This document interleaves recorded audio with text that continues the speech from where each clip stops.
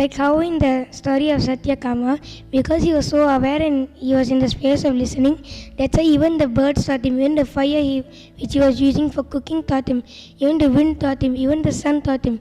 So like how in blindfold reading, because we are aware, we can hear the book and even the book tells us what is written on it. So same thing like that, where in awareness, we keep on reinventing ourselves. Even the trees teach us what is life. Even the trees, even the fire, even the wood, even the wind teaches what is life. How to say yes to life. So when you're aware, you can constantly reinvent yourself. Whenever you have awareness in yourself, you stop worrying and being in the present. So when you're in the present, you actually learn more from life.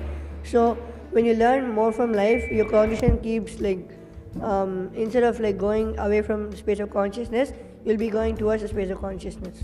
So Swamiji told in today morning satsang, only when the urge becomes urgent, you will start reinventing yourself. What I feel is when you're living at the moment in awareness, you'll understand what you actually need and your urge will actually become the urgent. Means you'll actually start cognizing what you actually need in your life and you'll start reinventing yourself, and by that you'll start, as your urge becomes urgent, you'll start reinventing yourself and you'll start living. That's what I feel, living in the moment or having awareness will reinvent yourself again and again.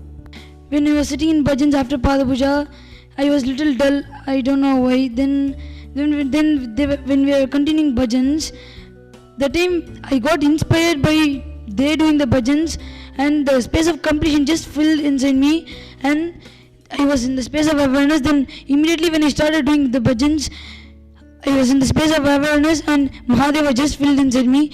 So from this I understood that when you do bhajans or puja or anything from devotion, Mahadeva will just fill inside you.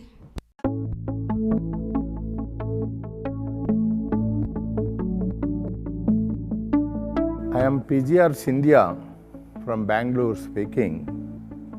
I have been coming to this ashram for last several years, right from the beginning. I have been spending time with Swami Nityananda Ji. I have been knowing Swamiji very well from almost 16 years. I have been in Karnataka's public life more than 45 years. I have met several spiritual, religious leaders, several Matadhipatis and all that. And I believe in spirituality. So in the year 2000 it so happened, my wife went into depression for several reasons. So no doubt we gave her the modern medicine, so many other things and all that. I think it is Chamundi Studios or so. I went and Swamiji healed my wife. We met, both of us we met Swamiji. We took his blessings and few more sittings we had. My wife was not in a position at that time to go alone. So we both went together. I've taken her several times. And she was healed. That is one just such thing I am mentioning. After that, subsequently when this ashram was built, Swamiji came here and several times I have come. I have observed that there is a superpower in Swamiji. That power, that superpower I cannot explain. One can only experience it. So I have no words to explain what exactly is that power. But I can tell that superpower which Swamiji has got, definitely it is a very big thing.